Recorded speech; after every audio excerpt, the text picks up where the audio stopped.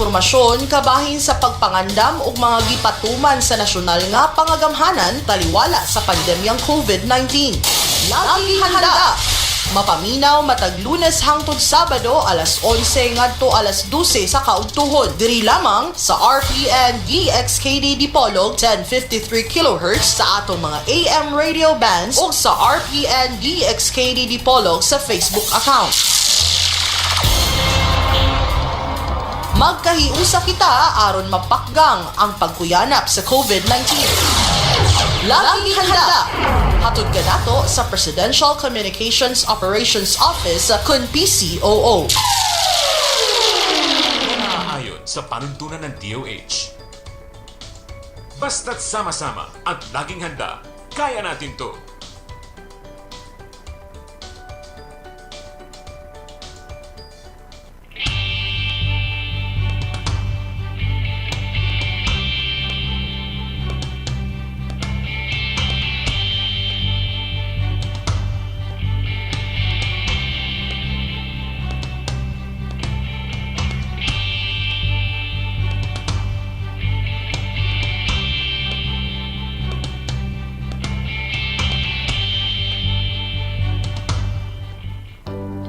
Mga dapat tandaan sa wastong pangangalaga sa Persons Under Monitoring o PUM.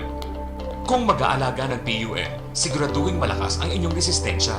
Magsuot ng proteksyon gaya ng face mask at hand gloves. Ibukod sa maaliwalas na kwarto ang PUM. Mainam na may sarili itong palikuran at paliguan. Panatilihin sa loob ng kwarto ang PUM. Kung hindi maiiwasang lumabas, siguraduhin malinis at nakabukas sa mga bintana ng iba pang bahagi ng bahay. Ipagbawal muna ang pakikisalamuha ng PUM sa mga kaanak o sa pagtanggap ng bisita. Ang mga gloves, face mask at tissue na ginagamit ng PUM ay dapat na may hiwalay na lalagyan sa kanyang kwarto bago itapon kasama ng ibang basura sa bahay. Kung panyo o tuwalya ang ginagamit ng PUM sa pagbahing ay agad itong labhan. Huwag gagamitin ang mga personal na gamit ng PUM gaya ng sipilyo, tuwalya, unan, kumot, kubre-kama at iba pa. Panatilihin pa rin ang distansya sa PUM at huwag kalimutan na palagi ang maghugas ng kamay. Basta't sama-sama at laging handa, kaya natin to!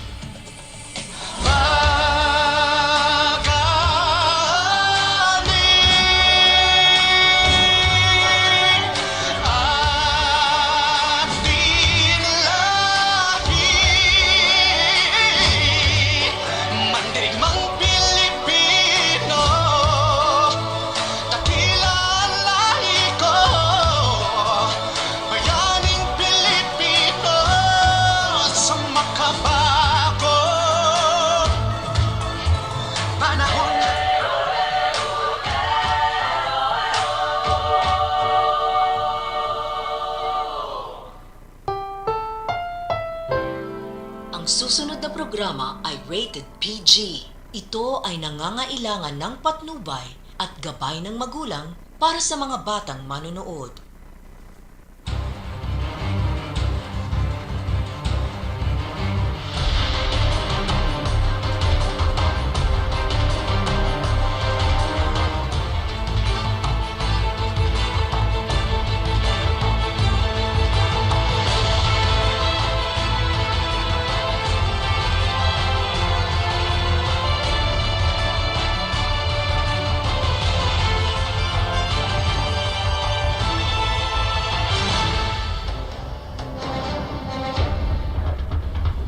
Magandang umaga po sa ating lahat mga kababayan, araw-araw na nakatutok sa ating programa para makibalita sa mga pinakauling hakbang ng ating pamalaan kontra sa COVID-19. Ako po ang inyong lingkod, Secretary Martin Andanar mula sa PCOO. Good morning, Rocky. Good morning, Secretary mula pa rin sa PCOO. Ako naman po si Under Secretary Rocky Ignacio.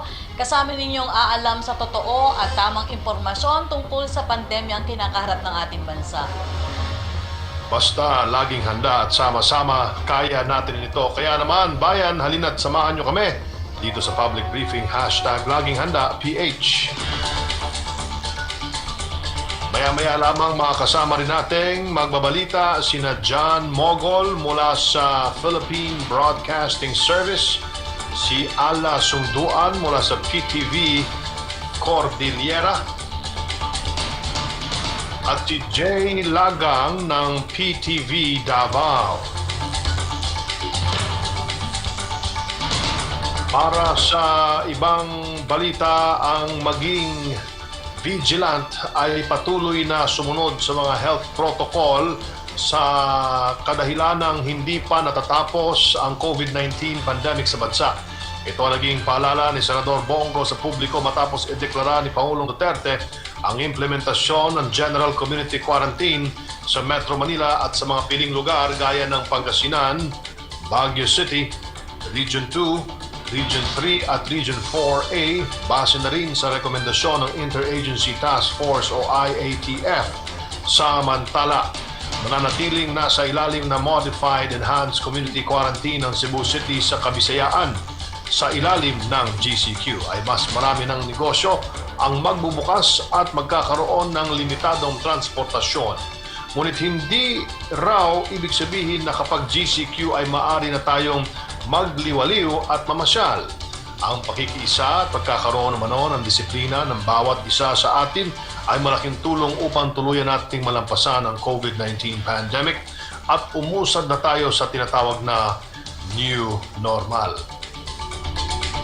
Samantala, para naman mas mapalakas pa ang healthcare system sa bansa, partikular na ang kapasidad ng mga pampublikong hospital at serbisyong medikal sa mga probinsya kontra COVID-19 ay kasalukuyang isinusulong sa Senado ang House Bill 6036 at House Bill 6144 para sa dagdag na bed capacity at pagpapalakas ng kapasidad ng mga local hospital sa Las Piñas at Tuguegarao City. Ito umano'y makakatulong din para maging matagumpay ang Balik Probinsya Bagong Pag-asa program ng pamahalaan.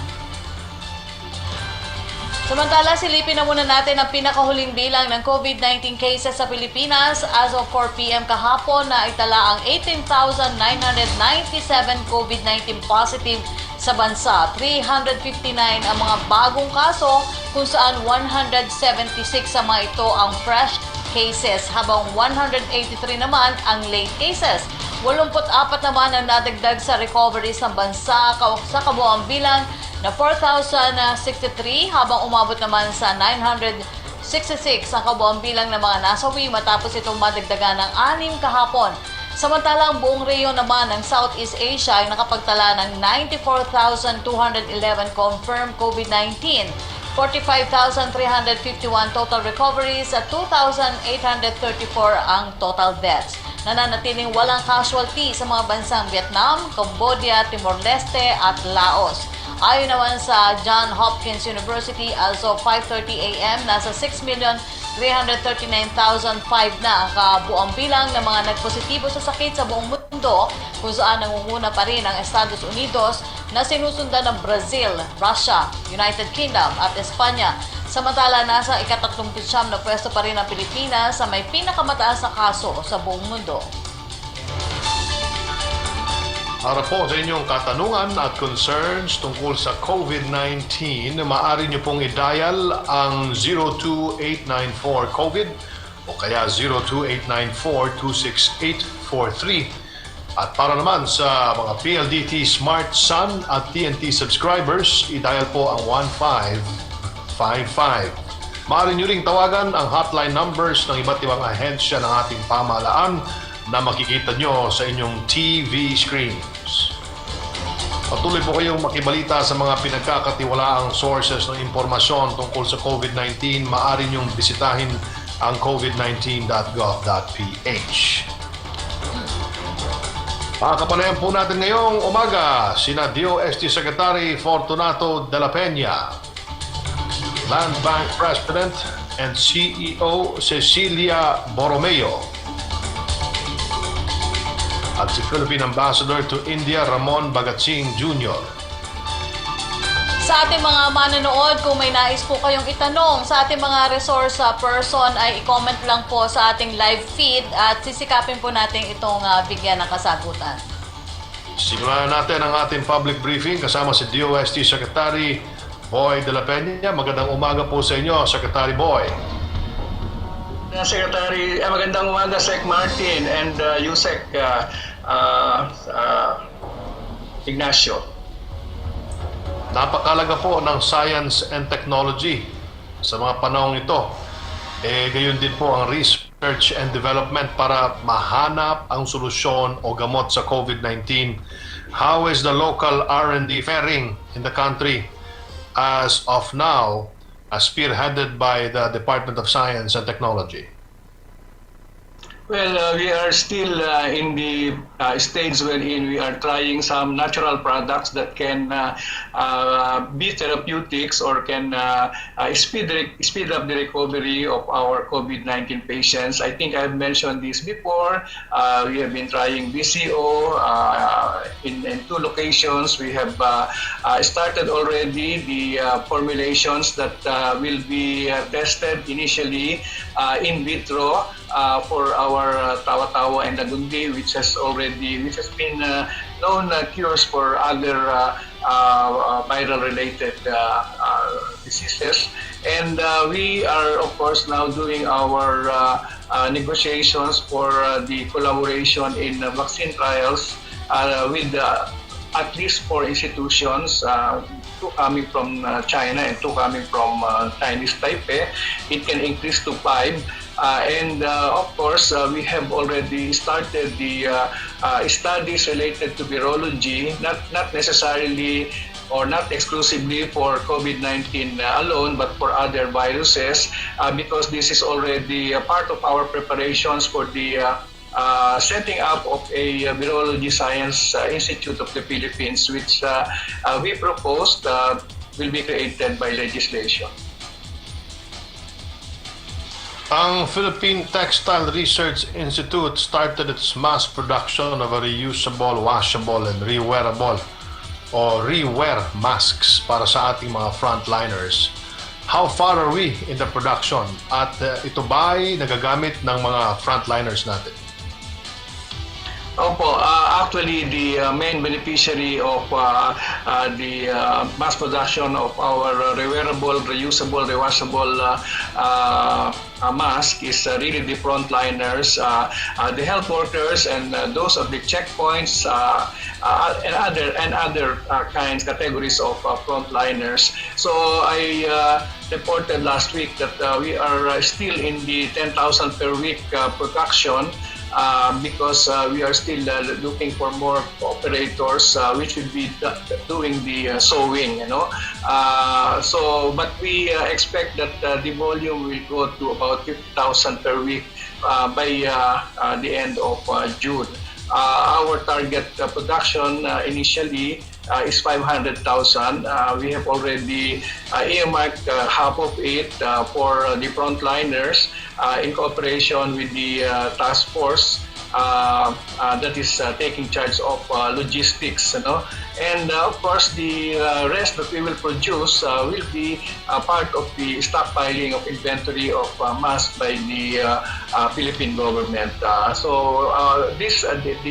The benefit from this mask is that, as I mentioned, reusable, rewearable, and we have made sure that it passes the requirements. First of all, it requires water repellency of the textile material, and this is being done by applying a certain compound. And of course, we are preparing the use of natural textile like cotton. So most of the materials that we are using now are donations from companies in the Philippines, and in fact, even the materials that we have used for the compounds were also donated. So we are looking now for more collaborators who will be doing the sewing. Most of our production now is coming from the sewers of Taytay and also from Cavite. And we expect to have more collaborators for this.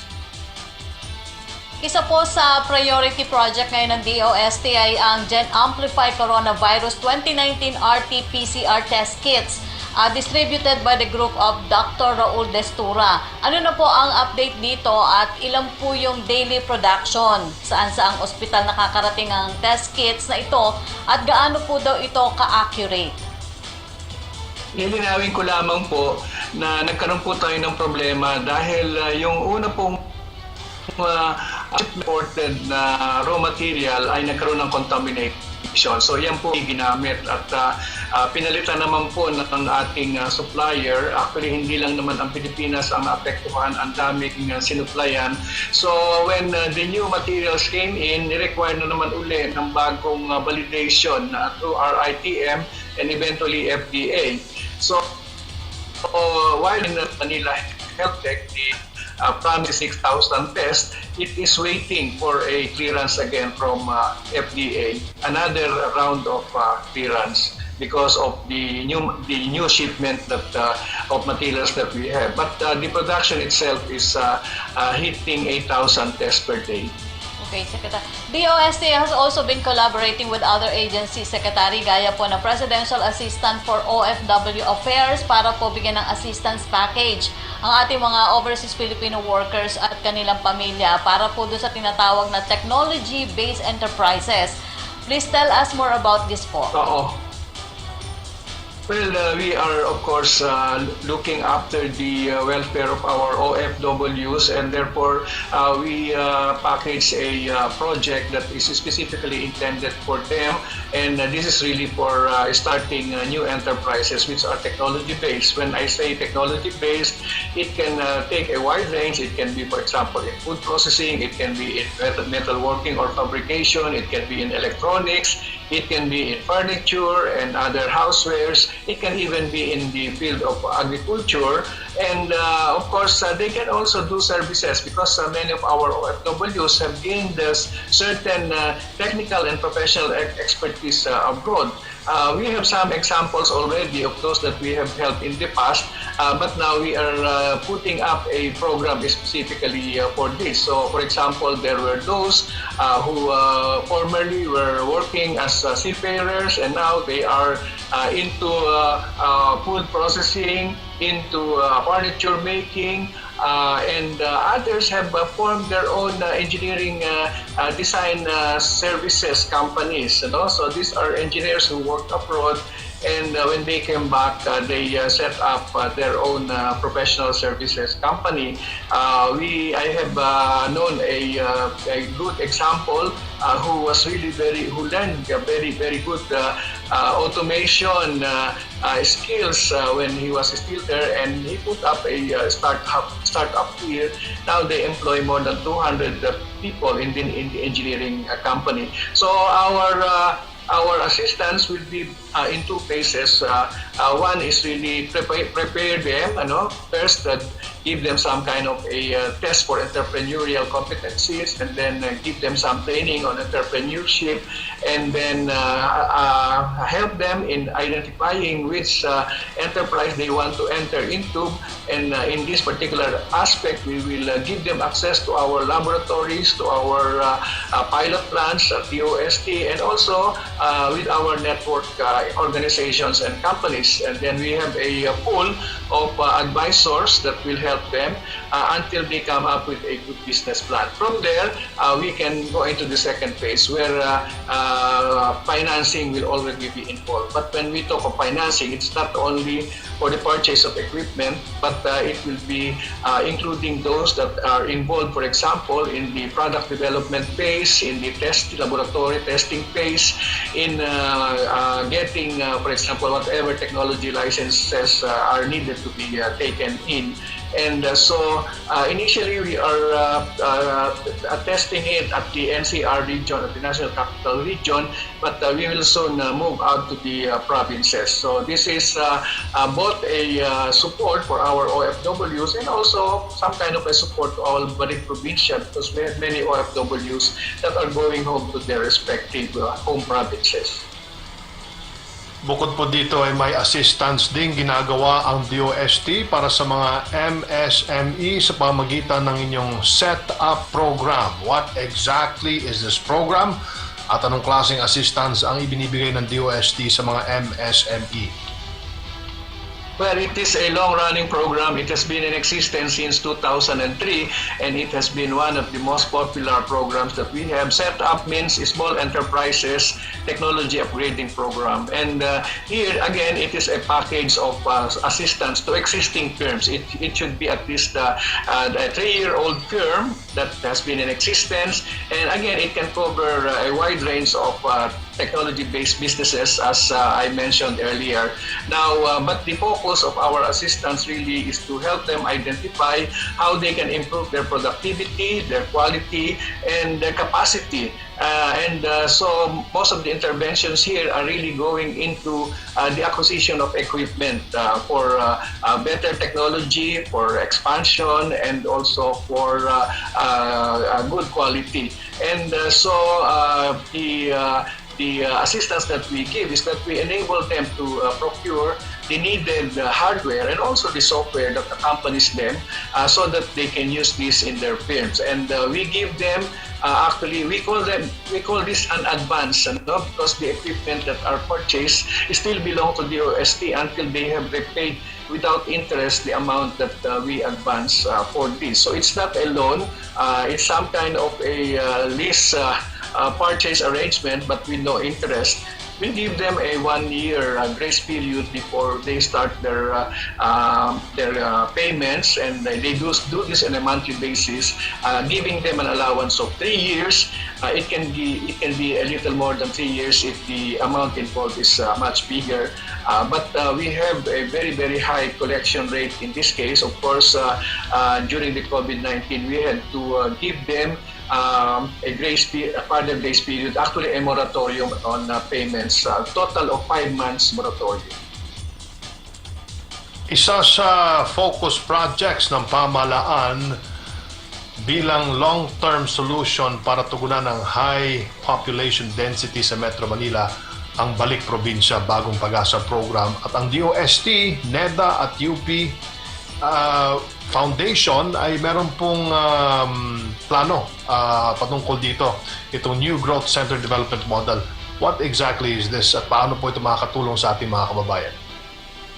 Well, it started 2 years ago. I have been attending meetings at NEDA, particularly in support of the passage of the Land Use Act. And they always talk about comprehensive land use planning. And I thought that DOST can contribute. I did not announce this to them, but at DOST we commissioned a research, actually a model development that was done by the Planades Foundation, which is affiliated to the UP School of Urban and Regional Planning. So they have been working on this, and they were about to finish and to submit the model to us. It's just the training component that has been lacking, and a few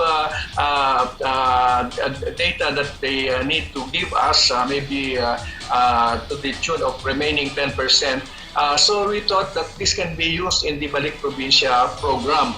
And true enough, the model that they have focuses on identifying the so-called drivers of growth in our provinces. So starting with 18 independent variables, they did the correlation and found out that there were 9 drivers of growth in the provinces. It can be the era, it can be the nearness to airports and seaports, it can be the closeness to economic zones, etc. And so testing the model, they used this to identify 20 new growth centers. When we talk of new growth centers, it's really a mix of agro-industrial development. And these top 20 provinces have been identified. And then they also have a portion in the model where they can project the increase in population in these newly growing centers. And so they projected the growth in population in those 20 provinces that they have identified to the model, and tested or validated the actual increase in population versus the actual versus the predicted. And so this now is the basis for forecasting the number of households that will be going, or the increase in the number of households and that will require new housing, okay? And therefore, this would be a good instrument, particularly for our housing agencies, to plan for, and of course, to the LGUs to plan for the housing requirements in their newly urbanizing areas. But on top of this, the model also can help in simulating the direction or the growth in the other aspects, like in terms of the transportation requirements, in terms of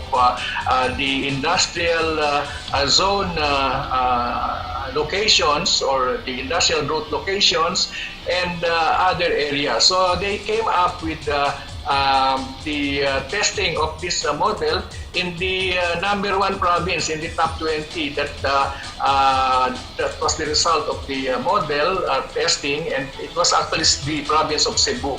So they tried it, and we have now outputs for the province of Cebu.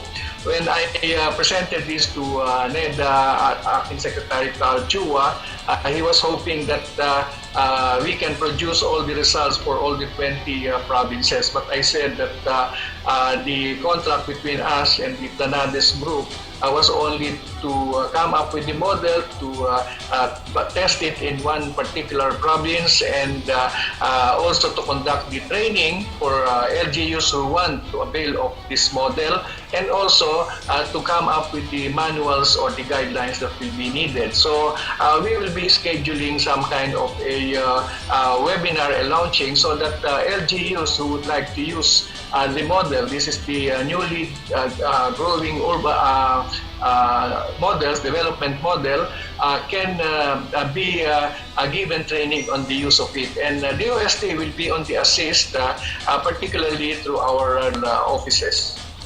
Secretary, mainit na usapin din po sa education sector ang learning delivery system sa oras po na magsimula na ang academic year 2020-2021.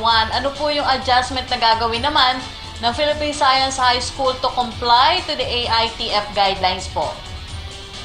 Well, we of course assume the two scenarios depending on the decision of IATF. One is if they will not yet allow face-to-face classes, and therefore this will all be done through the use of distance learning materials, both electronic and printed, because there are also students who may be living in remote areas, and therefore we are not assured that there is connectivity in their areas.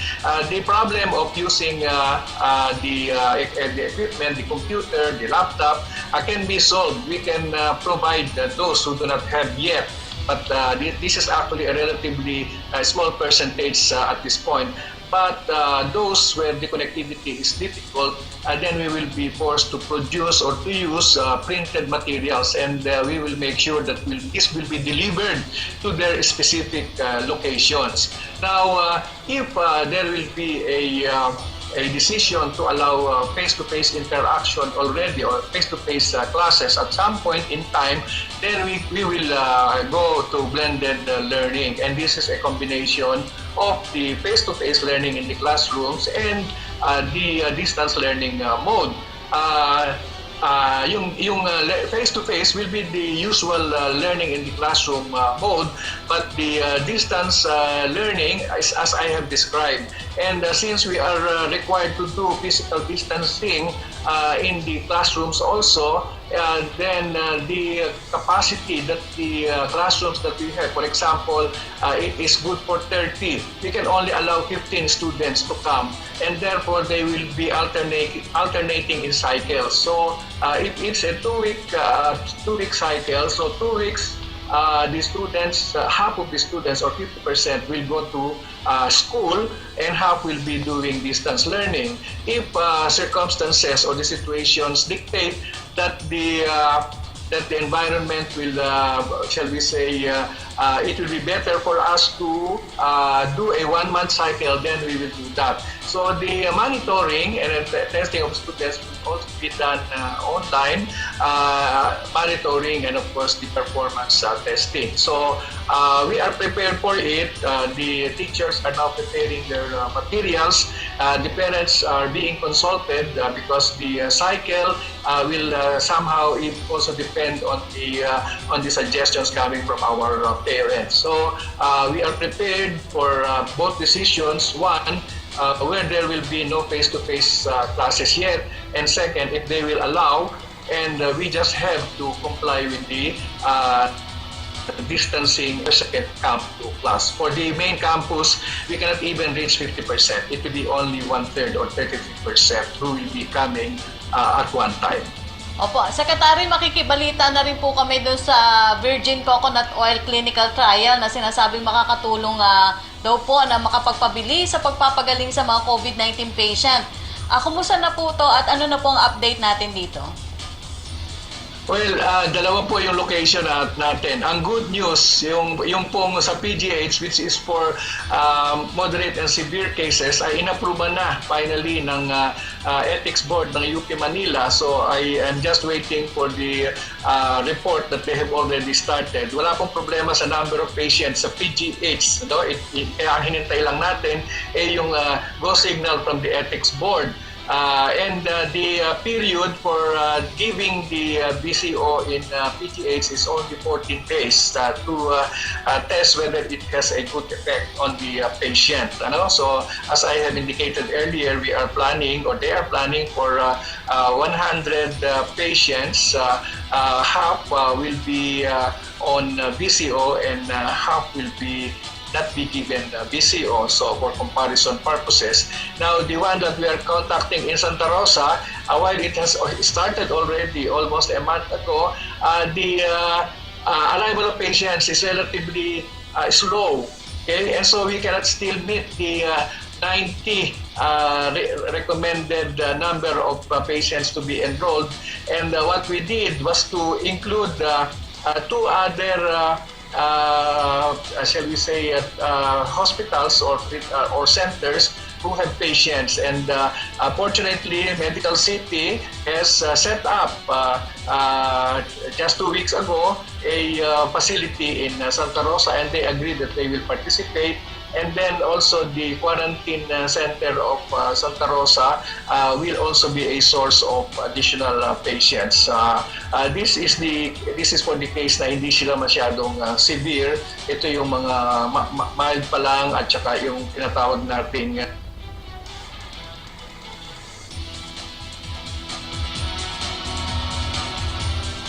Alright. Naputol. Maraming salamat po sa inyong pagpapaunlak, Secretary Boy de la Peña ng DOST. Mabuhay po kayo.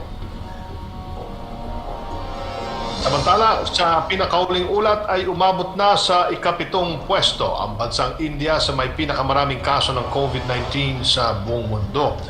Gaya na lang ng ating bansa, maraming buhay at kabuhayan ang naapektuhan dito, kabilang na ang Filipino community. Kumustahin natin ang kalagayan ng ating mga kababayang OFW sa India.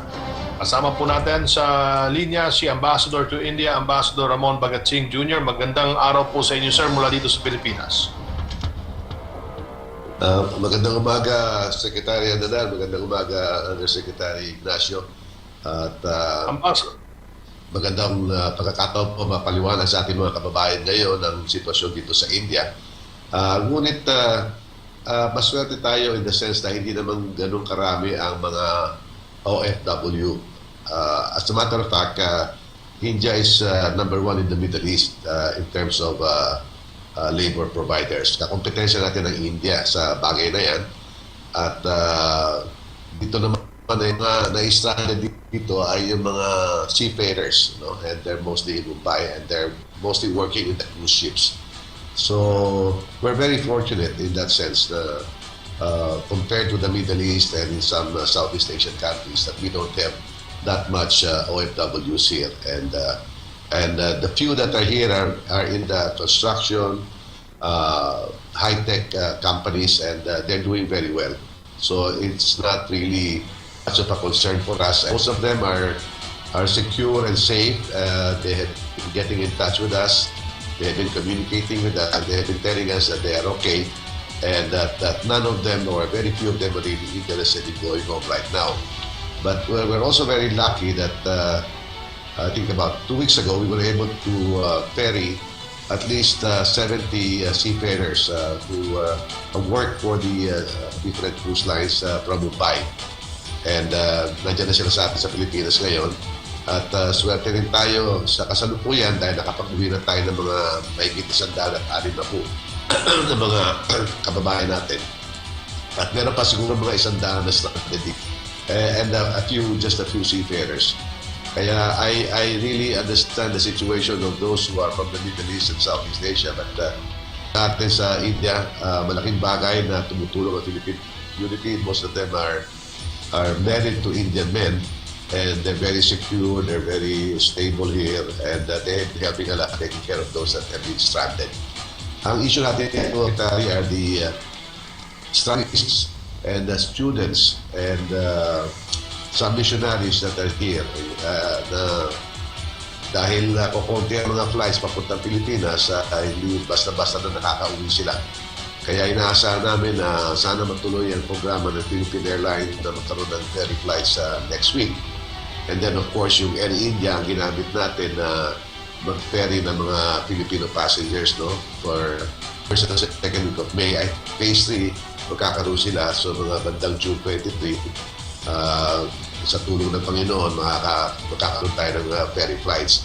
And of course yung napakiusapan natin si Secretary Lorenzana na dahil meron tayong isang barko na nasa Oman, napakiusapan natin na pag-uwi sa Pilipinas, dumaan dito sa India at dito kumuha mga ilan pasahero ng mga stranded at may isa na Filipino-American na nag-donate ng 200,000 face mask na isakay natin dyan sa Philippine Navy ship, yung Davao del Sur, at saka yung isa pang kanilang barko na Ramon Alcaraz. So we were able to send to those Navy ships 200,000 face masks na sa tulong ni Mr. Dantes ng Philippine Embassy dito. At nakasakit tayo ng ilang mga pasahero, about 19, and then they're going to Sri Lanka to pick up more stranded Filipinos there. And I presume by the middle of next week they will be there in Manila already.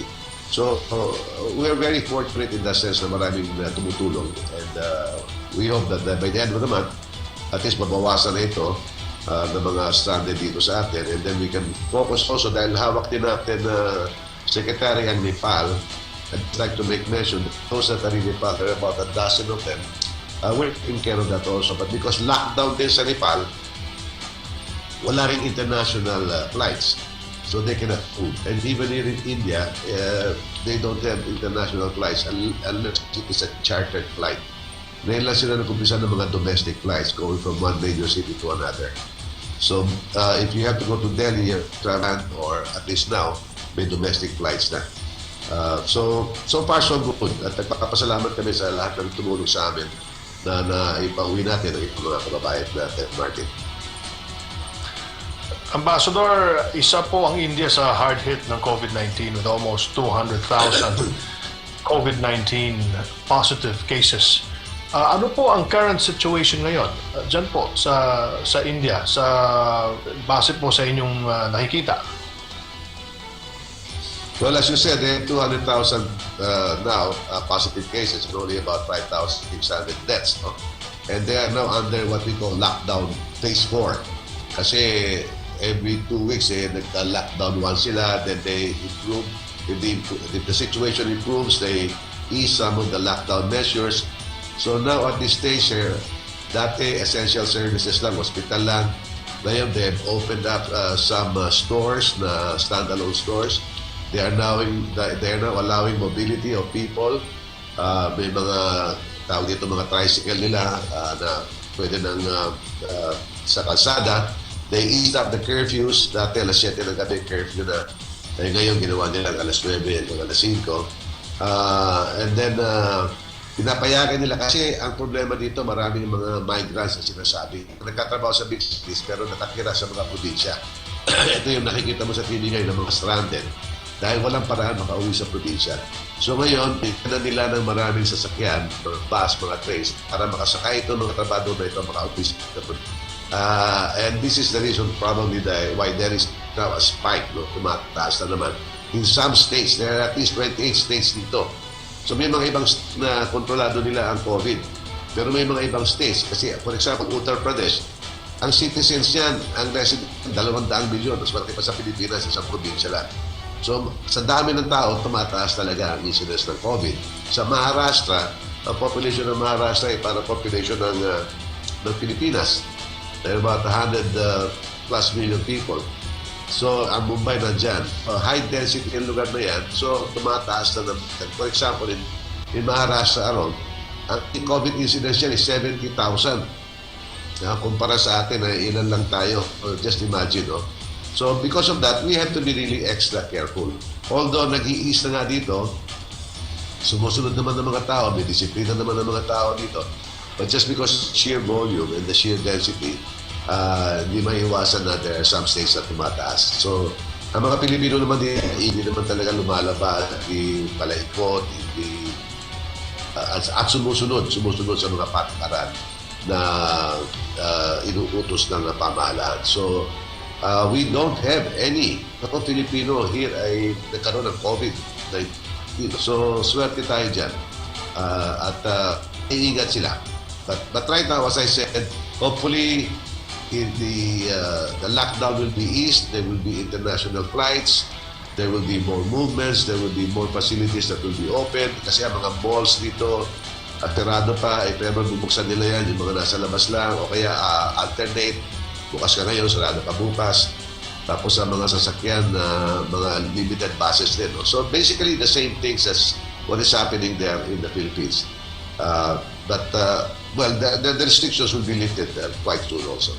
Opo. Ambassador, currently po nagluwag nga ng restriction sa India except po dun sa 13 cities na itinuturing pong bilang containment zone dahil dito daw nagmumula yung karamihan sa nagpositibong kaso sa India sa COVID-19. May reports po ba tayo mula dito sa mga lungsod na to, yung kalagayan po ng ating mga Filipino community doon? You know, we're very lucky, Secretary. No? As I said, we only have about 3,000 Filipinos.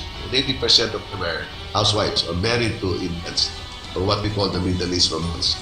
So, so far we have no reports of any Filipino or Filipina having been afflicted with this virus. And on the other hand, they have been the ones helping us a lot. Dahil kung may mga Filipino na stranded kalimbawa sa Mumbai, sa Bangalore, sa Calcutta, sa Chennai, and some other places, sa Kochi, ang mga Filipino community tumutulong.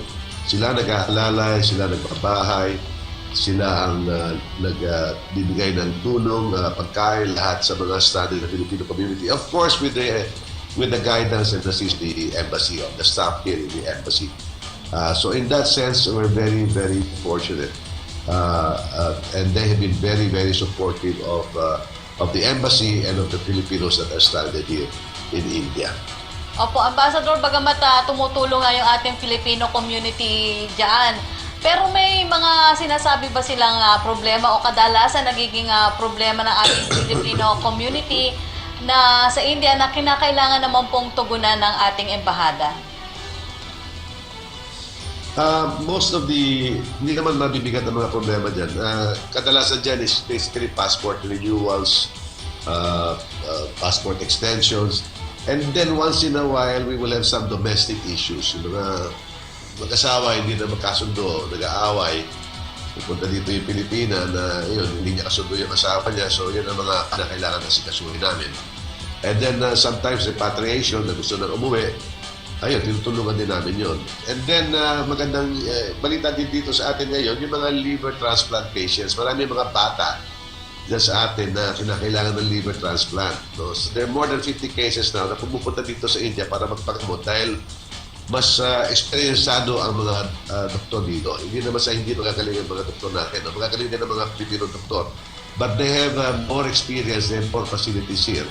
So these liver transplant patients, the children come here for that operation and we're taking care of them. And so far, at least maganda, 75 to 80% ang success story. But so far as the local Filipino community here, no major problem. No major problem at all. And as a matter of fact, as I said, they have been helping the embassy in so many ways and in so many things. No? I'm very fortunate with that compared to other posts na hindi ganun kabigat. Walang problema dito ang Filipino community sa India. Nabanggit niyo po kanina na nakabalik na sa kanilang mga trabaho ang karamihan ng mga manggagawa doon. How about the few Filipino workers in India? Hindi po ba sila nagkakaproblema sa kanilang hanap buhay? Most of the Filipinos stranded here, Secretary, are stranded tourists, students, and yoga, enthusiasts. So they are not here as workers. Bibihira dito ang worker, no? Yung mga OFWs dito are under contract and they're in the provinces and they're all taken care of, they're all being handled well, their contracts are okay. So we don't have any problems with them. Yung mga seafarers na alam ba, they work in the cruise lines or they work in several ships. Stranded yung barko nila sa Mumbai. Yan ang ating inaasikaso ngayon. And so far, we have been able to bring home mga 70. So there's just a few, siguro mga 10 or 15 na stranded sa Mumbai ngayon. At we have been communicating with them and we hope that if PAL will have the flight by, in the next 10 days, then these Filipinos will be on board. Other than that, wala. Siguro mabibilang mo ang mga Pilipino na nagtatrabaho dito, not more than 40. Yung, one of the, food companies, nagtayo ng kumpanya dito, ayan, pero, they're doing very well. And then there's another construction company, Filipino company in Chennai with a contract. They're doing very well. So, thank God we don't have issues with OFWs here in India. Maraming salamat po sa inyong panahon, Ambassador Ramon Bhagat Singh Jr. mula sa New Delhi, India. Mabuhay po kayo, Ambassador. Maraming salamat, Secretary Undersecretary Ignacio. Maraming salamat sa mga kataon na ito. Samantala, Sekretary, sa gitna ng mga alituntunin na mahigpit na ipinatutupad ng ating pamahalaan ay isa sa mainit na usapin ang pagsisimula ng academic year at dahil nga sa pagbabagong inaasahang magaganap, inaasahan din ang posibleng pagbaba naman ang bilang ng mga enrollees para sa taong ito.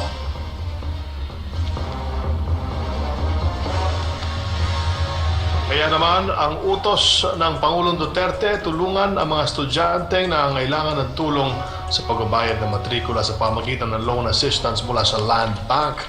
Pag-uusapan natin yan kasama si Land Bank President and CEO, Ms. Cecilia Borromeo. Magandang araw po sa inyo, ma'am. Magandang araw, Secretary Andanar at Yusek at Ignacio. Magandang araw sa lahat ng nakikinig at nanonood sa Laging Handa Pilipinas.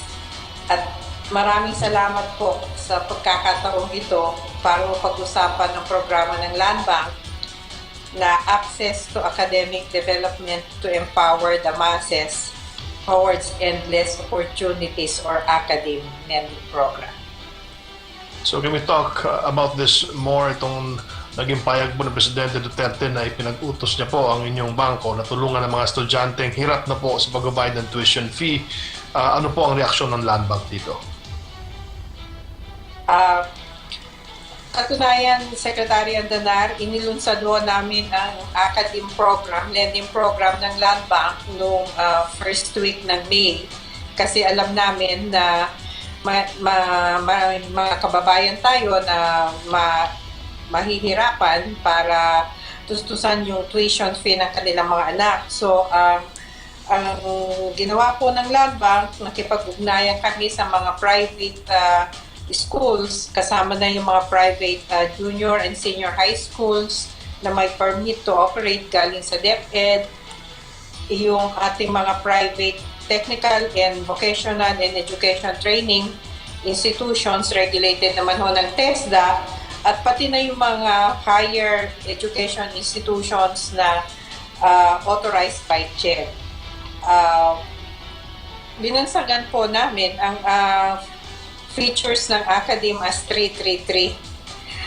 Ang unang 3 po ay para sa 3 bilyon na inilaan ng Land Bank bilang pondo para sa programang Academe. Ang pangalawang 3 ay tukoy naman sa 3% fixed interest rate per annum sa mga schools na manghihiram under this program.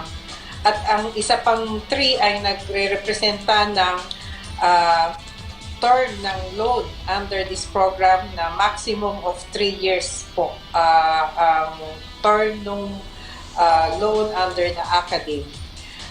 Ibibigay ho namin itong pautang na ito sa mga schools para makapag-offer sila ng study now, pay later sa kanilang mga estudyante. Ma'am, sino-sino naman po yung ma'am, sino-sino po yung eligible po na mag-a-apply sa loan program na ito at paano po yung proseso? Ang magiging borrower po o manghihiram mula sa Land Bank ay ang mga pribadong paaralan o educational institutions. Ang mga magulang po at guardian ng ating mga estudyante o mag-aaral ay maaring manghiram sa mga schools na ito, private schools na ito, para yung mga schools naman na yan ay pupunta sa Land Bank at ipa-rediscount nila yung mga promissory notes ng kanilang mga mag-aaral. At pwede ho naming bigyan sila ng pautang equivalent to 70% of the total promissory notes of their students. Pwedeng magsimula na mag-avail ang mga paaralan ng lending program na ito. Meron na hong mga paaralan na lumapit sa Land Bank. Katunayan ho, meron na kaming in-approve na 250 million sa isang malaking school para makapagpautang sila under the Study Now Pay Later scheme sa kanilang mga estudyante at 0% interest po sa students. At ang tenor naman ho ng loan ng estudyante dun sa school ay base na ho sa mapapag-usapan nila with the private school secretary.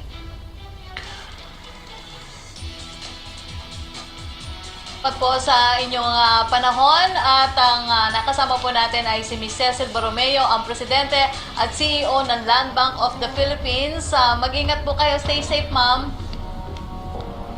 Thank you, Yusek. Stay safe too. Thank you, Secretary. Samantala, alamin po naman natin ang mga balita na kalap ng Philippine Broadcasting Service mula sa ating mga lalawigan. Please go ahead, John Mogol. Yes, magandang tanghali, Sec Martin at Yusek Rocky. Sa ating mga balita, ang DTI Quezon bumuo ng team para magsagawa ng inspeksyon sa mga barbershop, salon, dine-in restaurant at fast food establishments na nasa ilalim ng GCQ. Mula po sa Radyo Pilipinas, Lucena, ang detalye ng balitang yan hatid ni Tom Alvarez. COVID Radio. Hashtag Laging Handa. Radyo Pilipinas Special Coverage. Bumuo ng team ng DTI Quezon na magsasagawa ng random inspection sa barbershops, salons, dining restaurants at fast food establishments na magsisimula magbukas sa darating na ikapito ng Hunyo. Sa paikpanayam kay DTI Quezon Business Development Division Chief Mrs. Ana Marie Quincina, sinabi niya na kapag may nahuli silang business establishments na lumabag sa ipinalabas na guidelines ng minimum health protocols, ay kaagad-agad nilang ipatitigil ang operasyon nito. Papayagan lamang ito mag-resume ng operation kapag nakapag-comply na sa requirements na hinihingi ng kagawaran. Nanawagan din siya sa mga may-ari ng restaurants, fast food establishments, barbers at salons na huwag nang mag-aksepta ng panahon sa opisina ng DTI para humingi ng clearance para makapag-operate dahil ang business permit na inisyu ng local government unit ay sapat na. Pinaalalahanan din ni Mrs. Quincina ang customers na sumunod rin sa minimum health protocols ngayong GCQ para maiwasan ang pagkalat ng COVID-19. Samantala, ayon pa rin sa DTI, ay 30% lamang ang maximum capacity na pahihintulutan sa barbershops at salon sa ilalim ng GCQ at gagawin namang 50% capacity kung mapasa ilalim na sa MGCQ ang lalawigan. Mula sa lungsod ng Lucena, Tom Alvarez Radyo Pilipinas. COVID Radio. Hashtag Laging Handa Radyo Pilipinas Special Coverage. Maraming salamat, Tom Alvarez. Samantala, ang Iligan Diocese balik na po sa pagsasagawa ng misa matapos mailagay sa Modified General Community Quarantine ang kanilang lungsod. Mula Radyo Pilipinas Iligan, narito si Bima Minyoza. COVID Radio. Hashtag Laging Handa Radyo Pilipinas Special Coverage. Balik na sa pagsasagawa ng banal na misa ang Diocese of Iligan matapos na mailagay sa Modified General Community Quarantine o MGCQ ang lungsod ng Iligan simula June 1, 2020. Ayon kay Bishop Jose Rapadas, ngayong pinapayagan na sa MGCQ ang pagsasagawa ng religious activities na pagdesisyonan na rin nila sa Parish Priest Council na ibalik na ang banal na misa, ngunit kailangang sumunod sa guidelines at protocols tulad ng physical o social distancing, paghugas ng kamay na may sabon at pagsuot ng face mask. Dagdag ni Bishop Rapadas, mayroon na silang inihandang mga protocols sa pagsasagawa ng public liturgical celebration sa sinasabi ngayong new normal at base na rin sa rekomendasyon ng Bishop Conference. Ilan dito ay ang mga bata, matatanda at mga may sakit ay hinikayat na manood na lamang sa live streaming mass at social media. Ang mga upuan sa loob ng simbahan pati na ang sahig ay dapat may markang may layong 2 metro upang mapanatili ang social distancing. Ang Sunday Masses, anticipated Masses at daily Masses ay paikliin lamang at gawing simple. Tiniyak naman ni Bishop Rapadas na ang simbahang Katoliko ay sinusuportahan ang ginagawa ng gobyerno upang labanan ang coronavirus disease o COVID-19. Gikan din sa lungsod sa Iligan, Biama Minyosa, Radyo Pilipinas. COVID Radio. Hashtag Laging Handa Radyo Pilipinas Special Coverage. At ayan po ang mga balitang nakalap natin dito sa Philippine Broadcasting Service mula po sa iba't ibang panig ng ating bansa. Balik tayo sa studio kina Sec Martin at Yusek Rocky. Maraming salamat, John Mogol ng PBS. Samantala, puntahan naman natin ang balitang nakalat ng PTV Davao kasama si Jay Lagang. Jay?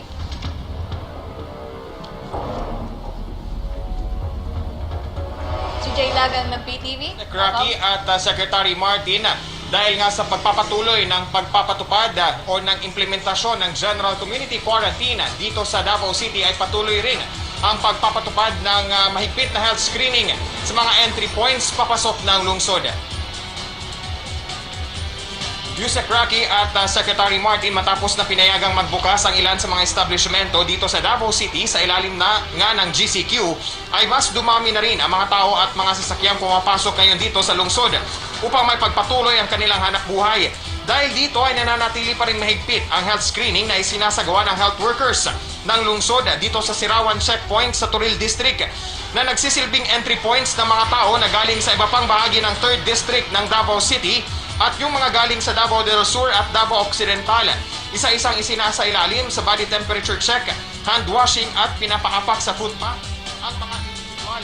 Hinahanapan pa rin ang Certificate of Employment ang ilan sa mga tao na nakatira sa labas ng Davao City upang masiguro na trabaho ang kanilang pagpasok sa lungsod. Yung mga residente naman mismo ng Davao City ay hinihingan pa rin ng Food and Medicine o FM Pass sa kanilang pagdaan sa naturang checkpoint. Samantala ay sinuguro naman ng District Health Office ng Turil District na nakahanda silang magsagawa ng Rapid Diagnostic Test o RDT sa mga makikita ng sintomas ng COVID-19 na dadaan sa Sirawan Checkpoint. Sa ngayon nga ay patuloy din ang serbisyo ng District Health Office sa naturang lugar upang mabigyan ng health certificate ang mga tao na muling babalik sa kanilang trabaho dito sa Davao City.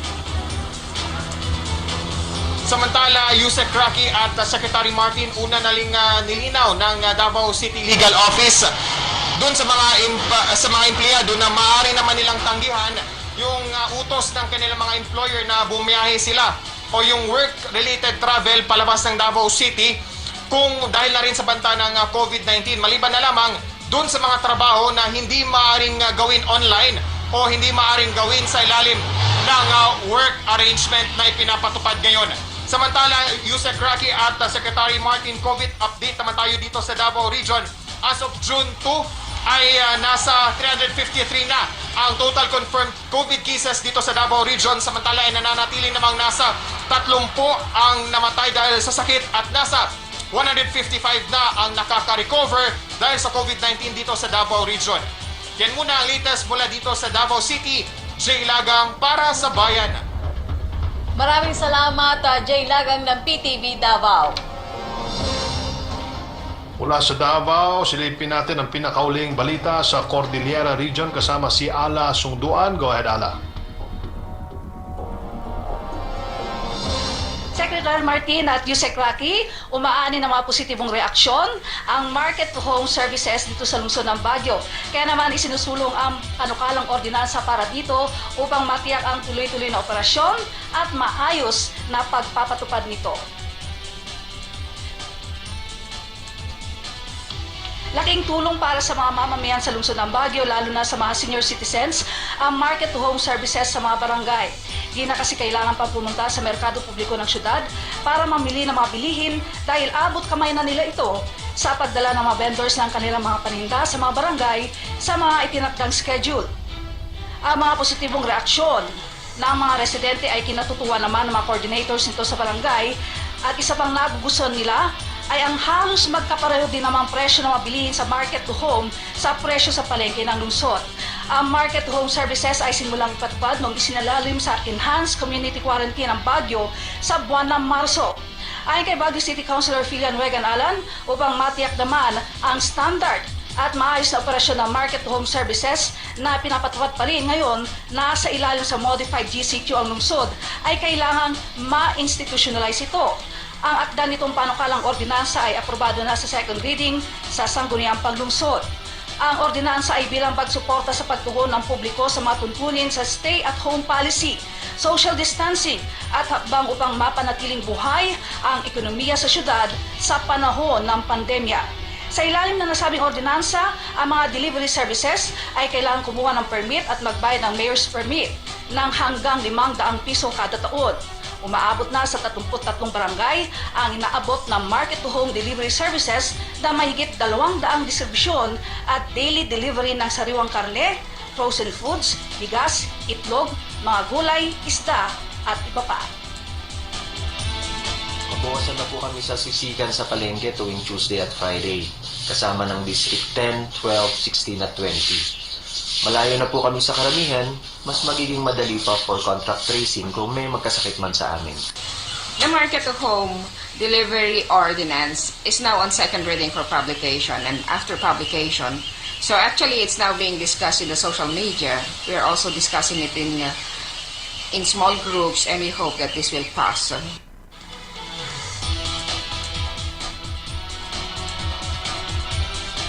Bukod nga sa market-to-home services, ay pinapatupad din sa lungsod ng Baguio ang mga rolling stores. Katuwang ang Department of Trade and Industry bilang hakbang pa rin ng lokal na pamahalaan laban sa COVID-19. Live mula dito sa Baguio City, Ala Sungduan para sa Bayan. Maraming salamat sa iyo, Ala Sungduan ng PTV Cordillera.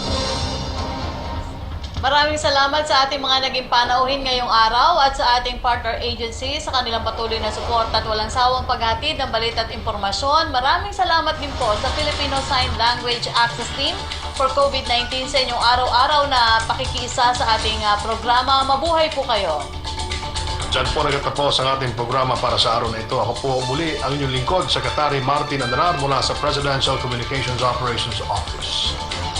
At wala pa rin po sa Presidential Communications Operations Office, ako naman po si Yusek Rocky Ignacio. Hanggang bukas pong muli dito sa Public Briefing, #LagingHanda PH.